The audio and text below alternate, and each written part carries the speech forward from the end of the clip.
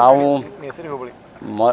ನೇಸರಗಿ ಹೋಬಳಿ ಮದನಬಾವಿ ಗ್ರಾಮದ ನಾಗಪ್ಪ ಅವರ ಜಮೀನಲ್ಲಿ ನೋಡಿದ್ವಿ.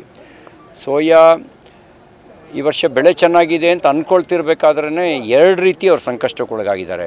ಒಂದು ಕಡೆ ಕೀಟ ಬಾಧೆ, 3-4 ಬಾರಿ ಅದಕ್ಕೆ ಔಷಧಿ ಹೊಡೆದು ಪ್ರಯೋಜನ ಆಗಿಲ್ಲ, ಅಲ್ಲೂ ದುಡ್ಡು ನಷ್ಟ ಕಳ್ಕೊಂಡ್ವಿ. ಇನ್ನು ಇರೋ ಬೆಳೆ ಉಳಿಸ್ಕೊಳ್ಳೋಣ ಅನ್ನೋ ಟೈಮಲ್ಲಿ ಮತ್ತೆ ಮಳೆ ಜಾಸ್ತಿಯಾಗಿ ಪೂರ್ತಿ ಕೊಳ್ತೋಗಿದೆ ಅಂತ ಹೇಳಿದರು. ನಾವು ಗಮನಿಸಿದ್ವಿ, ನೋಡಿದ್ವಿ. ಯಾವುದೇ ಅಧಿಕಾರಿಗಳು ನಿನ್ನೆವರೆಗೂ ಯಾರು ಬಂದಿಲ್ವಂತೆ. ಜನಪ್ರತಿನಿಧಿಗಳು ಈ ದಿಕ್ಕಿಗೆ ತಲೆನೇ ಹಾಕಿಲ್ಲ, ಈ ಕಡೆ ದಿಕ್ಕಿಗೆ ತಲೆನೇ ಹಾಕಿಲ್ಲ.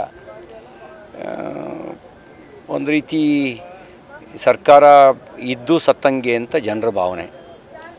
ಜನರ ಕಷ್ಟಕ್ಕಾಗದೇ ಇದ್ದರೆ, ಕಷ್ಟಕ್ಕೆ ಸ್ಪಂದಿಸ್ತಾ ಇದ್ದರೆ ಅವ್ರು ಬದುಕಿದ್ದು ಸತ್ತಂಗೆ. ನೋಡಿ, ಈಗಾಗಲೇ ರೈತರ ಆತ್ಮಹತ್ಯೆಯಲ್ಲಿ ಕರ್ನಾಟಕ 2ನೇ ಸ್ಥಾನದಲ್ಲಿದೆ.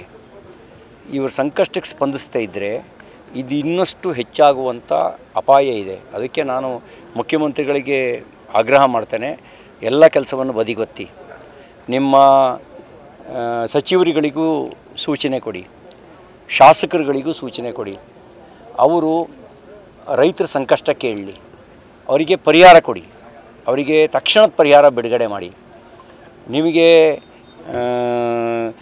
ಏನಾದರೂ ಮಾದರಿ ಬೇಕಿದ್ದರೆ BJP ಸರ್ಕಾರ ಇದ್ದಾಗ, ಯಡಿಯೂರಪ್ಪನವ್ರು ಮುಖ್ಯಮಂತ್ರಿ ಆಗಿದ್ದಾಗ, ಬಸವರಾಜ ಬೊಮ್ಮಾಯಿ ಅವರು ಮುಖ್ಯಮಂತ್ರಿ ಆಗಿದ್ದಾಗ ನಾವು ಕೇಂದ್ರ ಸರ್ಕಾರದ ಕಡೆ ಬೆಟ್ ಮಾಡಿ ತೋರಿಸಲಿಲ್ಲ.